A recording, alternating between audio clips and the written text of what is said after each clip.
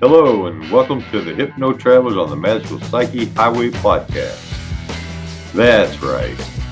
Your host and tour guide is Scott Prevett, a healer, hypnotist, and a magician. And your bus driver is Jason Gobelli, also a hypnotist, an entrepreneur, and a spiritual guide. Disclaimer, neither Jason, Scott, or any of our guests here today are licensed professional psychologists or psychiatrists. So please don't make any changes to any medication or treatments that you are currently on based on the conversation that you hear here today. Just hop on the bus and enjoy the ride. Trip with us on the Inner Revelation bus. That's right. Hi, I'm Jason Gobelli, and welcome back to the Daily Hypno Travelers. Today we got a special guest, yes, the world-renowned Kaz Riley, and we're so excited to have her. And so, Kaz, how you doing? I'm good, thank you. How are you? Oh, we're blessed. Great. Welcome. Yes. Okay. So, Kaz, first question. Tell us a little bit about you and how you just got into the field that you're in. Oh, a little bit about me. Well, you can probably tell from the accent that I am very British, Northern British. So I live up in the hills in the UK. Much colder than where you are right now, let me tell you. Either of you, actually. I think it's probably quite sunny where both of you are. I am the founder of Sexual Freedom Hypnosis. So if anybody that doesn't know, I work predominantly with sexuality, sexual issues, sexual dysfunction. And I got there in a few different ways. Like most people, I'm kind of interested in sex. I think most people are. And really, it started off with me working with fertility clients and noticing that lots of fertility clients had issues or the reason they were having fertility treatment is because they got a sexual dysfunction. And me being me, well, what would happen if we treated the sexual dysfunction rather than tried to work with the fertility alongside IVF? And lots of people had great results, and it kind of spiraled from there because when you give people their sex life back, they will actually tell their friends. They do talk about it, especially women. So it kind of started there a long time ago now. And then I went to Hypnothoughts and Hypnothoughts in Las Vegas. This is 12 years ago, 13 years ago now. And people were like, you need to come and teach this stuff. So the year after that, I did, and the rest is history, as we say. So now I get to come over to the States and teach a lot, which is awesome because you have this amazing Wow. orbit in the sky called the sun in lots of your states, which I rather enjoy. Nice. Well, we hope to meet you at Hypnothoughts this year too, by the way. Say that again. We hope to meet you in Hypnothoughts this year too. Yeah, I'll be there. I'll definitely be there. I'll do a little Heck promo yeah. on that, but a bit later. Nice. Okay. So let's get to the thing here. When did you have like this aha moment, that this can really start helping people and change lives? I guess, well, I'm the kind of hypnotist, and anybody that kind of works with me or trains with me will know I like to experiment. I like to see what hypnosis will do. I've never been one to read the book and then think that's all that hypnosis can do. I'm always like, well, where else could we apply this? What else could we do with it? How could we make this better? How can we make this easier? Would it work in this area? So I guess for me, I've always been a person that will give something a go and see if it works rather than make an assumption that it does or it doesn't. And there's loads of things. I've discovered loads of things that I was told that could never happen with hypnosis do. There's a few things that I was taught were a dead cert, and I don't think it's very good. So I'm a big experimenter in life generally, and that also goes into my hypnosis practice. So I guess it was kind of like that aha when I realized that I could take all this knowledge and apply it in an area that not a lot of people were working in, and kept doing it and refining it and trying it over a long period of time before I taught it. Actually, it was 10 years of all that experimentation before I then kind of put it into some kind of format to teach it to other people. So I'd say that to get good at anything though, you've got to play and practice, haven't you? So experimentation is the key. Nice. After my own heart. I do this a lot. Scott does this a lot. We like to try things that people say we can't. So that's wonderful. And I just absolutely love that. So speaking of trying things, so you decided to just try all kinds of different things with your business, with the teaching, with the writing, with the podcast. Your hands are in so many places. So how is that? What, in trying stuff or having lots of fingers in lots of pies, so to speak? All of it. I mean, it's fun. I think it's essential for somebody in our profession, the hypnosis profession, to have lots of arms to their business because, I was lucky. I learned that lesson back in the recession back, kind of like 2008, 2009, that kind of time. And I learned to pivot very quickly.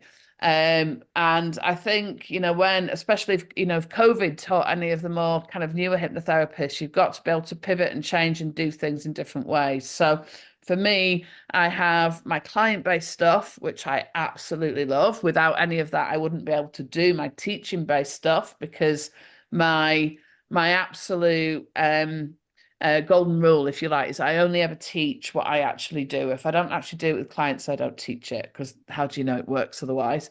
And then, I've got some writing. I've got a book that was published. I've got some others on the way.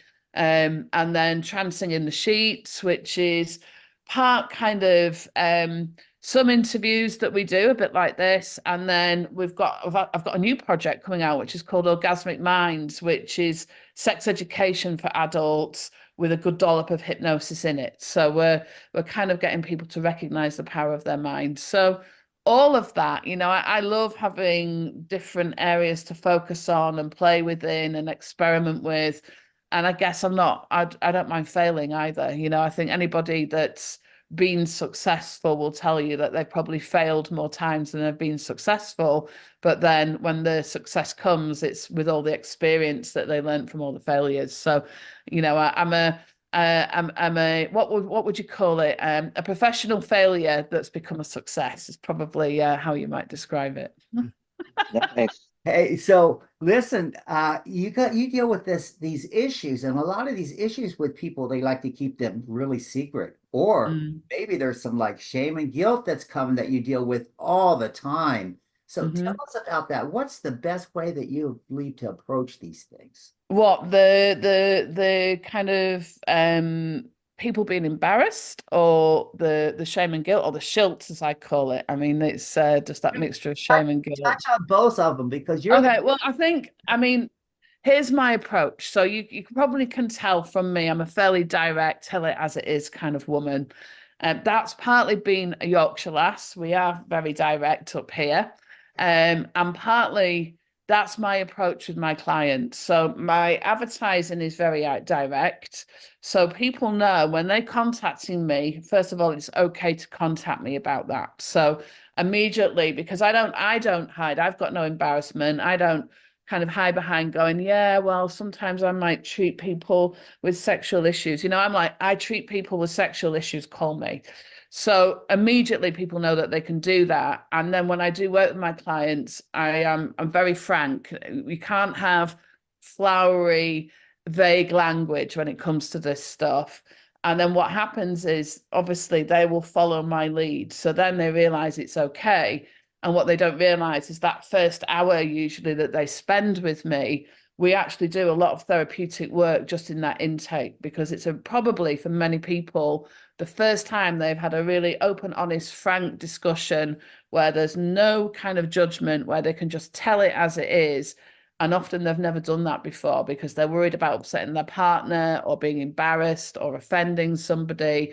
So I just like, whatever words you use for your genitals, just use those words. We don't need scientific words or biological words.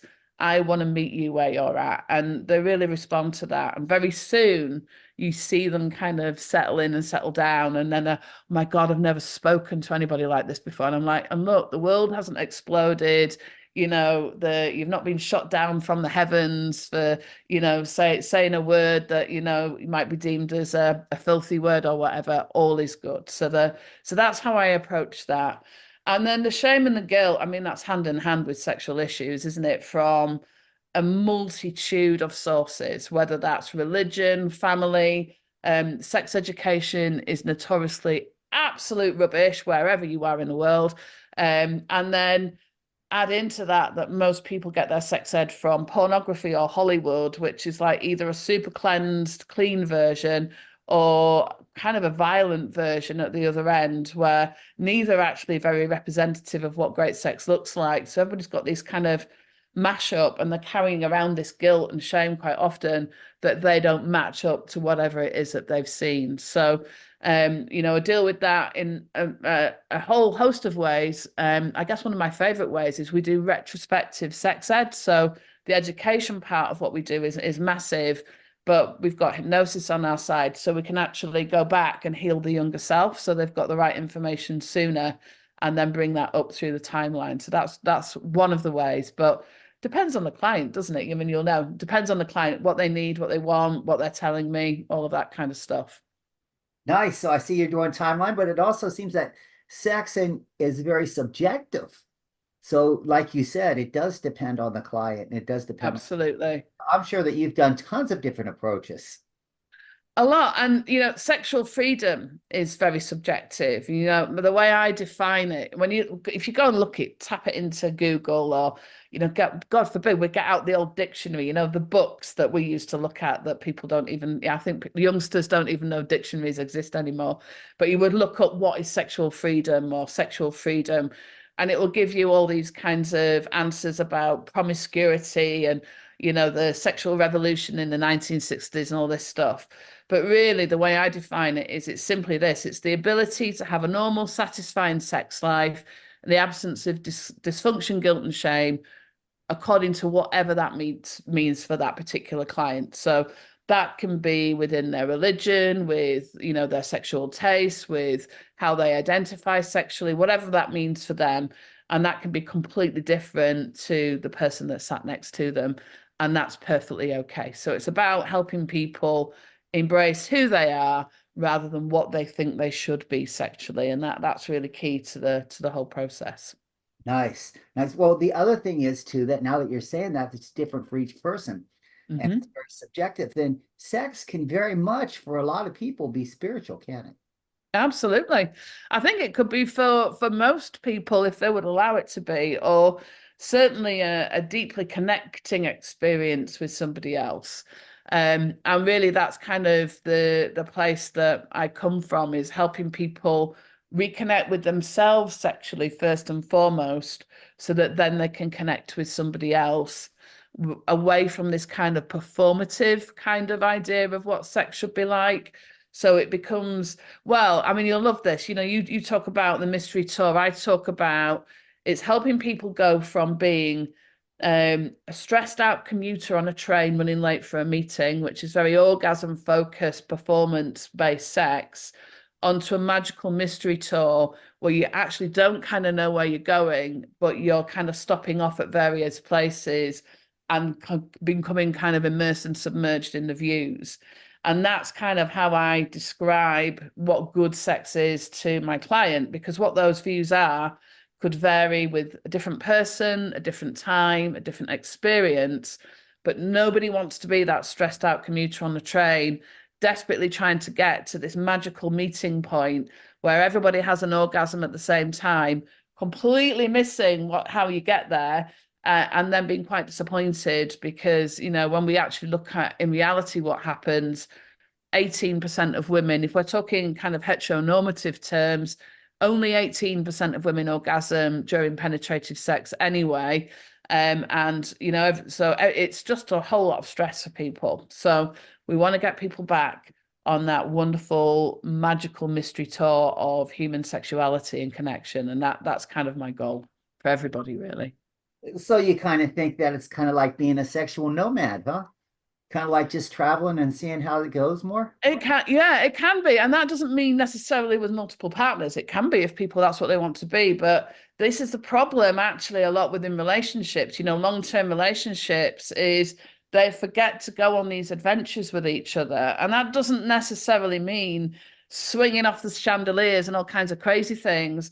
It can just mean taking your time, or not doing things in the same order, or remembering to be very present with your partner. Write down things like gratitude and saying thank you for things, And all the things that, we find amazing about a person in the beginning that we just get used to them doing, and we forget how awesome that is. So sometimes it's about reawakening that part of a relationship, which feeds into the sexual part, which is awesome. And sometimes it's just about going on a journey of self-discovery. What is it that I like? What is it that I'm interested in? What do I find erotic? And a lot of people have a lot of shame around that. So, my job is to, I always say, as long as it's consensual and legal, I don't care what you do, and we can help you kind of discover who you are, to kind of go on that exploration by getting rid of a lot of these kind of, it's usually society, isn't it, that makes people feel ashamed about either things that they like that other people don't, or not liking what everybody else seems to. Both of those things carry as much shame. So it's freeing people up. It's allowing them just to be a bit more, we're sexual beings, aren't we? As adults, we're sexual beings. That's kind of one of the definitions of being an adult. So we need to help people embrace that and not be afraid of it. And, think that, they're somehow, I see so many people that, that they've almost been conditioned to believe if they have a good time, they're going to end up, burning in the fires of hell or something. And they're really not, so yeah. Yes, yes. Do you find that the patients present to you? Do you find that they present with the problems, or do they present to you with a certain problem and then you find out later that it's a lot more deeper than it was? I think what I've learned is that it's nearly always a lot more deep than, the issue is never the issue, it's the symptom. And certainly with sexual things, way back when, 25 years ago, when I was in hypnosis school, I had a realization I've been doing hypnosis for more than half my life, actually, which is, but I actually went to hypnosis school 25 years ago. And I was taught, for example, erectile dysfunction, just give direct suggestion about how to, for somebody to have a hard erection and then they'll be fine. Or for libido, I was taught, take them back, kind of revivify them back to a time when their libido was strong and use that as a resource state, and then they'll be fine. Orgasm for women, give them a hypnotic orgasm and then they'll be fine. And actually, when I actually started doing this work, they would be fine for about 3 weeks and it wouldn't stick. And we're really interested in long-lasting results for our clients. So when you start to dig a bit deeper, yes, we still need to do those bits, but we also need to, well, I call it trance. So we teach and educate. We have to resolve the shame and guilt. We have to address any trauma, normalize their sexual function, help them with their communication, and then enjoyment by giving them permission for pleasure. And if we cover all of those things, we will get a much better result. So it's nearly always deeper than, I'm just nervous about having sex. There's normally something, it's usually a shame thing in the background, but it's looking at a person holistically rather than just a symptom. And there's not only shame, but there's fear too, as well, right? Fear, Well, if I do anxiety, this, yeah. then maybe my partner may not love me no more. Yeah, fear of rejection is a big one, isn't it? And sometimes a partner will want to do things, but is worried about what other people will think. Or I would love to, I heard this phrase last week, actually, I would love to do this with my partner, but no respectable woman would do that. These assumptions that people would have. And and there are so many myths and misunderstandings about sex and sexual function as well, that people, they often compare themselves to what they think their partner wants or should have, and it's usually not in a positive way. It's usually in a negative way. Right. So do you also do like couples therapy, when the one says, this is going on and this is going on, where you can bring them together? Because sometimes they get caught up in that dance, don't they? The dance they get caught in over and over. They do. I mean, I do. I'm very clear about what I do and what I don't do. So I am not a marriage guidance counselor, and I don't do marriage conflict resolution. I often get referrals from the people that are marriage guidance counselors, because often the final piece of the puzzle is a sexual reconnection between a couple if they've been having a lot of difficulties. Or I get the couples that, they're really happy otherwise. Their sex life has just, kind of gone by the wayside. And there can be many reasons for that, anything from illness to becoming parents, that changes the dynamic, stress, bereavement, just this lack of kind of mindful gratitude. I mean, there's so many different reasons why sex kind of gets put on the sideline.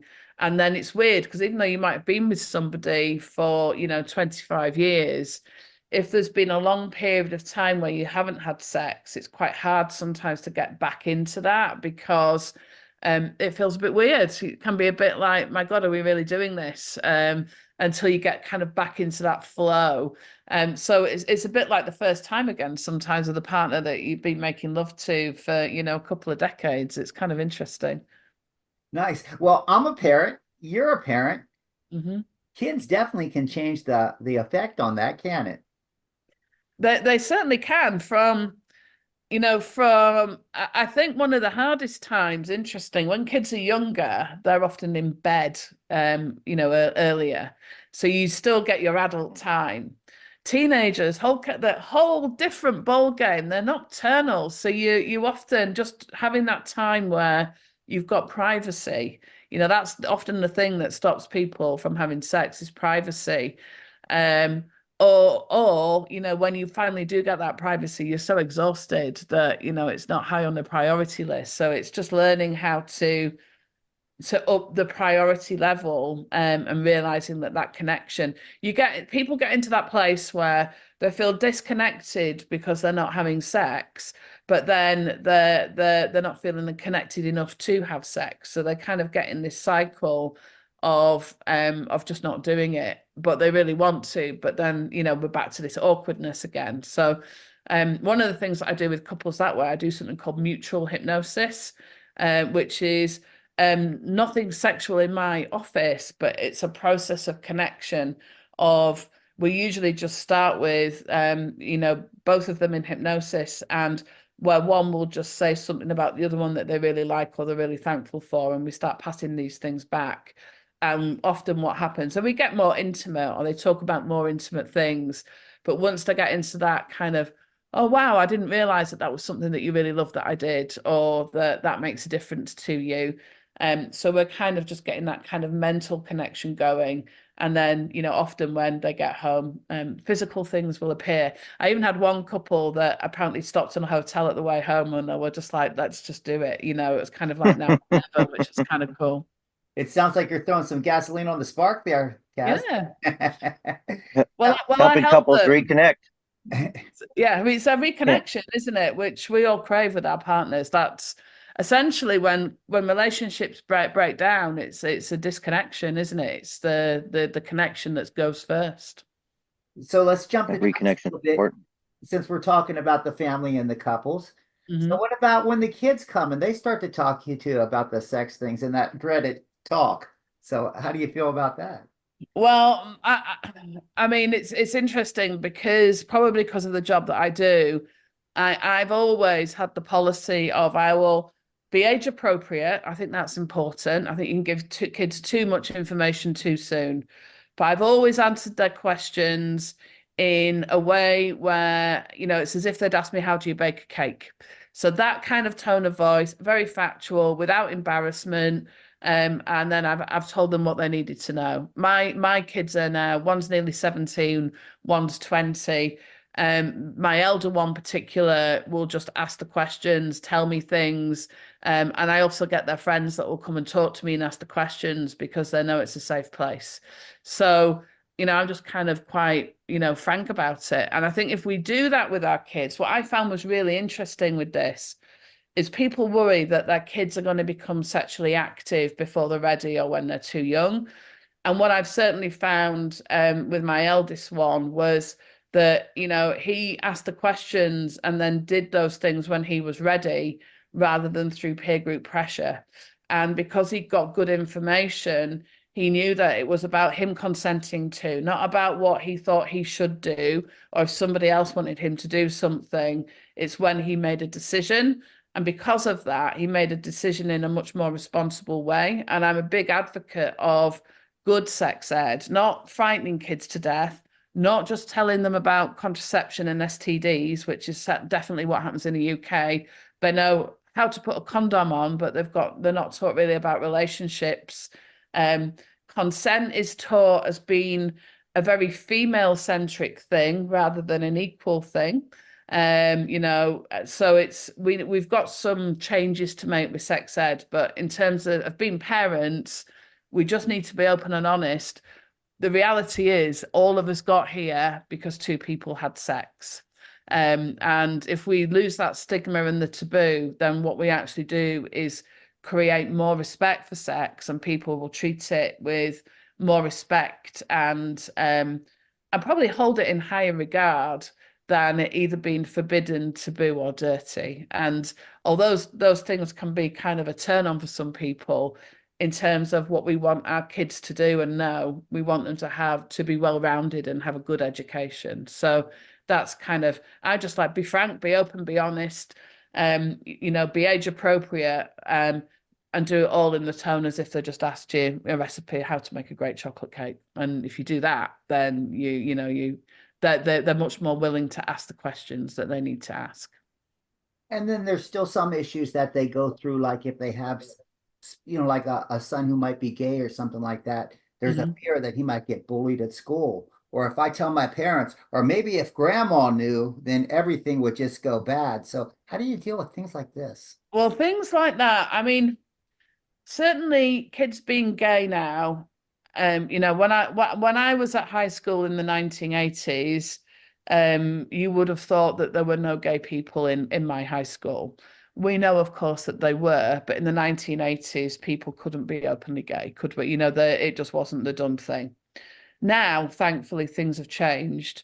And I think school environments are much more positive about many different kind of sexual identities, and are kind of embracing that, almost to a fault, actually, where it can become too much of a focus. I think my dream is that we get to a place where nobody has to declare what they are. The assumption is that people could be anything, and really it's only the business of the person that is, and anybody that they want to interact with. I think that's probably, hopefully, where we will get to at some point. So I don't, grandmas can be tricky, and grandpas can be tricky, and Uncle George can be tricky, but I think sometimes we have to give some leeway that people grew up in a different era and times were very different for them, and give them the same compassion and understanding. They're just really old. And sometimes we have to re-educate people. So I'm a big believer in picking our battles. We can't change everybody's mind about everything. Sometimes we have to just ignore stuff and not be offended, and just assume somebody's just old and doesn't know any better because it was different in their day. And the rest of the time, just kind of provide a very inclusive and supportive environment for people, where everybody's accepting of everybody else. And hopefully we'll get there at some point, especially when it comes to sexualities, because the reality is, unless you want to engage with a person sexually, what does it matter who they love or how they love or what their preferences are? Because it makes no difference to our lives what they do, unless we're the person that's having that relationship with them. So it's kind of interesting. People have got such big opinions about somebody whose preferences will never actually impact or affect them. So it's kind of interesting, isn't it? Yes. Well, aren't we all human after all? And we just Well, this is it. Yeah. Spirit and heart and soul feelings. So, that's what we deal with in hypnosis anyway, isn't it? Feeling levels. Just like timeline therapy affects all of the memories in the back and in the past and recreates kind of how things are set. That's the same way you're giving people back their freedom. You're helping them in certain ways, and then they gain their sexual freedom back.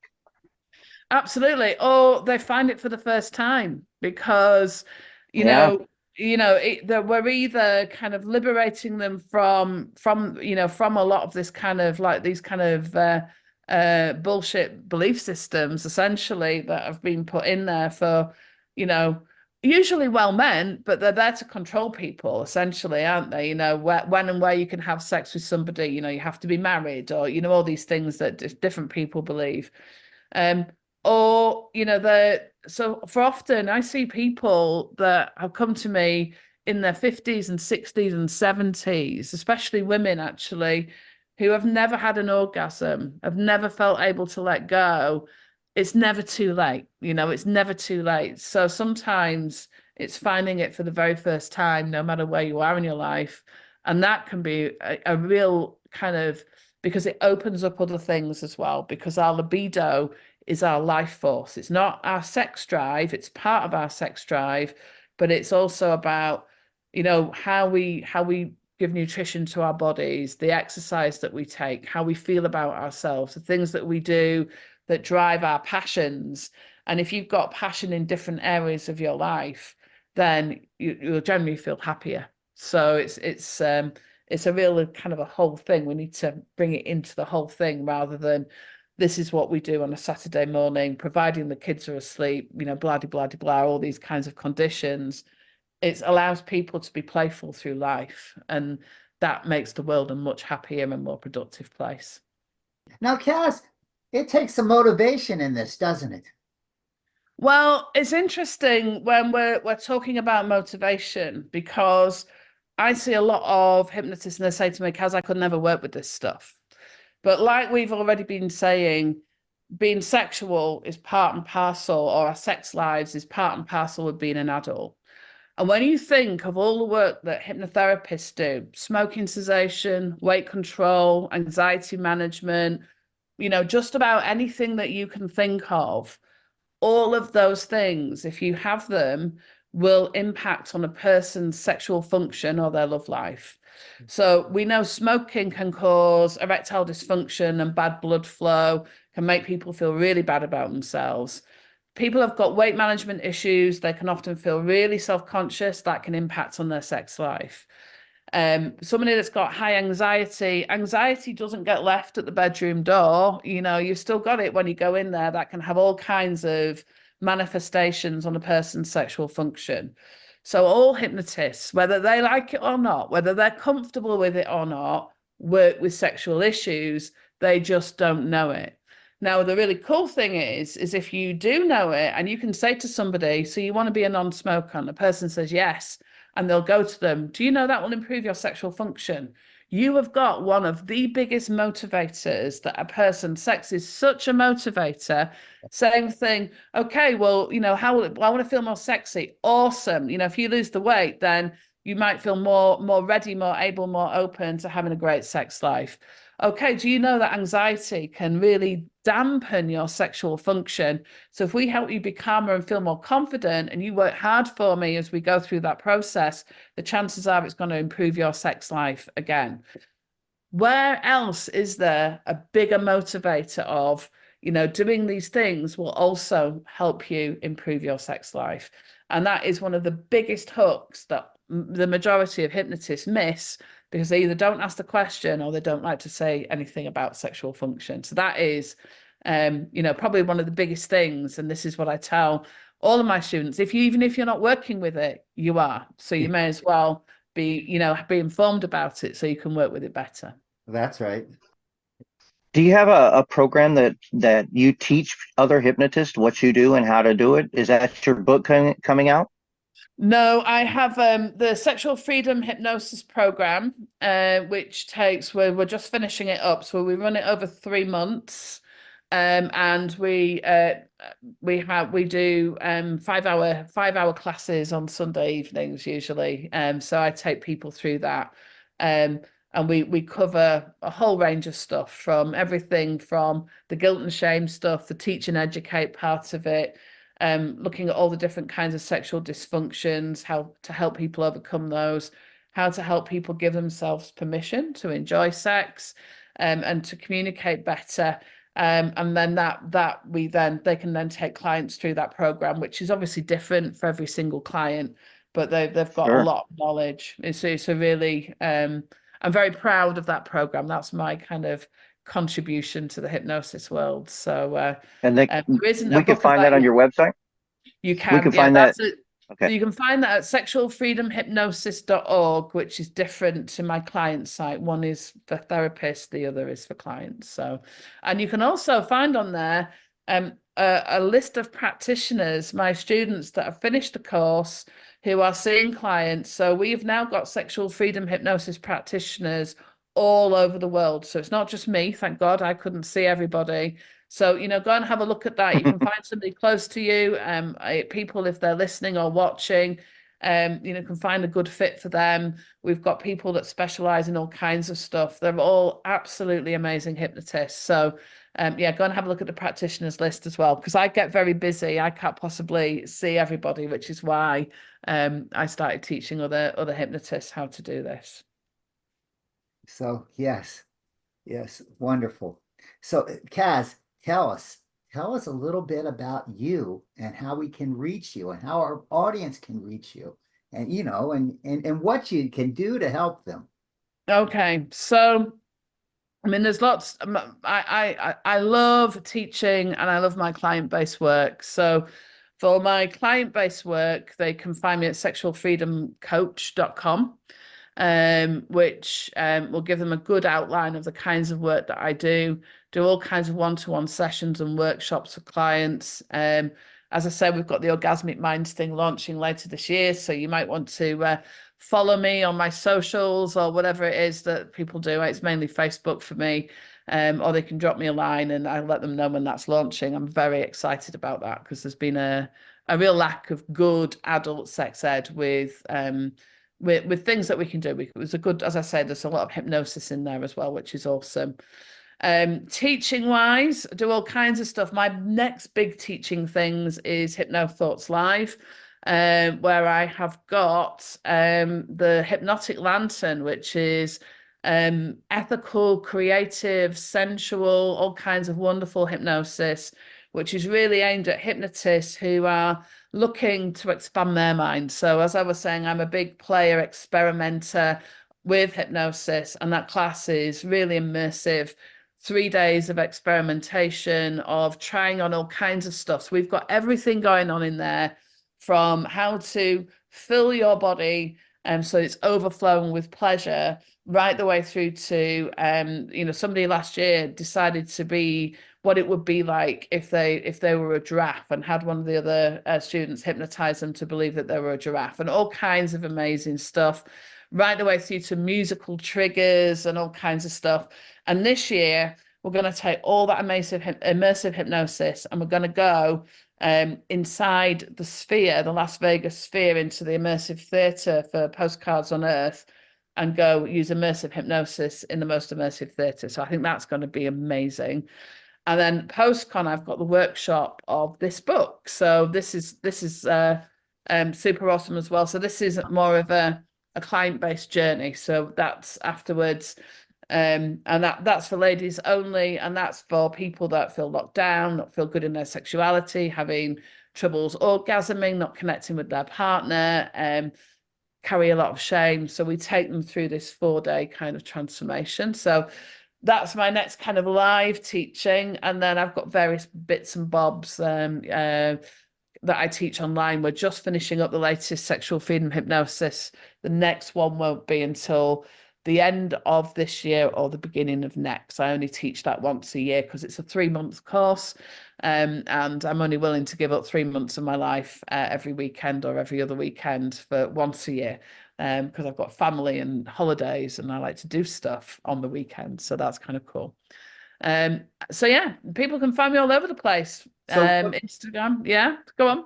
What's the best web address to reach you at, or the best email or something that we the best web address is would be Kaz at Trancing in the Sheets. So if you email me there, Kaz at Trancing in the Sheets. And I should mention as well, I also have a YouTube channel by the same name, which is Trancing in the Sheets, which has got all kinds of stuff on there, from kind of hypnosis downloads that you can listen to interviews, to hypnosis demos, lectures that I've given. It's a real eclectic mix of stuff, a bit like me, really. So some might say a bit of an eccentric mix of stuff, which is also like me. So it's a great channel. I've been there and I thoroughly enjoy it. So thank you. And thank you for sharing so much about you and for taking the time on your day and in your busy schedule to share a little bit about yourself. Is there anything else, Scott? Is there any other questions you have to throw out there? Man, she's doing some of the most important work in the world. I mean, people's sexual dysfunction, people don't even, and they won't discuss it with others, and that's a big deal. So she's pioneering a whole huge, gigantic blessing for the humanity. It's just amazing. It is such an important part of being an adult human, and isn't it? That's the thing. I do feel. I don't feel like a pioneer as such. That's a big word to use, but I am. I think it's so important, and my dream is that, like I was saying, kids can talk about it freely, but actually adults can talk about it freely, and they can get the help that they need and have the right information. And I think that's the key to this is, hypnosis. When you think about how we learn so many misbeliefs and taboos about sex, this is why hypnosis is actually so perfectly placed, because it's about faulty belief systems, and people have so many faulty belief systems about sex. So it's a real pleasure and a privilege to be on the journey with these people, to see them go from this place of being so locked down sexually to enjoying their partner again, or to having that real awakening. I was saying to my students yesterday, I probably get some of the most interesting texts from clients that anybody ever does. And occasionally, when I'm driving along in my VW and it will play that, sometimes you get that, it will read your texts. I often think it's a good job there's nobody in this car with me, because they will keep me updated.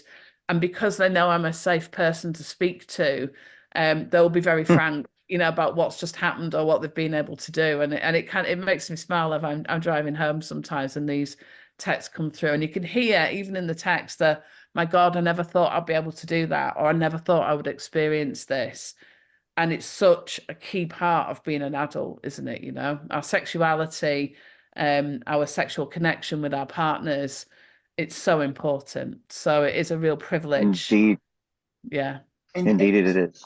Yeah, and just the ability for them to just say it, even though you don't do any therapy yet, even when you say it, it's almost like, oh, I'm not alone with this anymore. There's others that understand. Yeah. And like I say to my clients, when well, how did you find me? More often than not, they'll say Google, and I'll say, so there must be other people, because if it was only you, I would have no need to be doing this job. And they're kind of like, oh my God, yeah. But it can make you feel so alone, because of course there's all the bravado, even when you're younger, there's all the bravado in the playground or in college. Everybody's doing it. They're all doing it 50 times. They're all lasting 3 weeks before they ejaculate, all of this kind of stuff. It's all nonsense. And when people actually sit down and you give them the facts, they're like, often they find that they actually don't have a dysfunction at all. What they've got was bad information that they felt anxious about. So, that's where we are. Some things we've carried Sure. years and years and years that people have carried that information, which is really sad. So thank you. You do a wonderful job. I think many people don't realize how important the whole sexual side of our nature is, and how it's intertwined with everything else that we do as well. So thank you for all your work, and we really thank you for your interview here. We're so excited to have you, and it's been an absolute pleasure. And with that, tell our guest here, thank you for watching us. We're so glad that you were here. If you like us, give us a thumbs up. If you think we're assholes, give us the thumbs down. We don't care. Just comment, respond, follow us, share it with your friends. And thank you, Kaz, for allowing us to go down your magical psyche highway today. That's right. What a great trip it was. Wow, what a trip. Thanks for taking that journey with us today. Please like us, share us, and enlighten us with your views of the topics we drove into today. We appreciate you and love reading your comments. Thanks again, and we hope to see you back on the bus next week. That's right.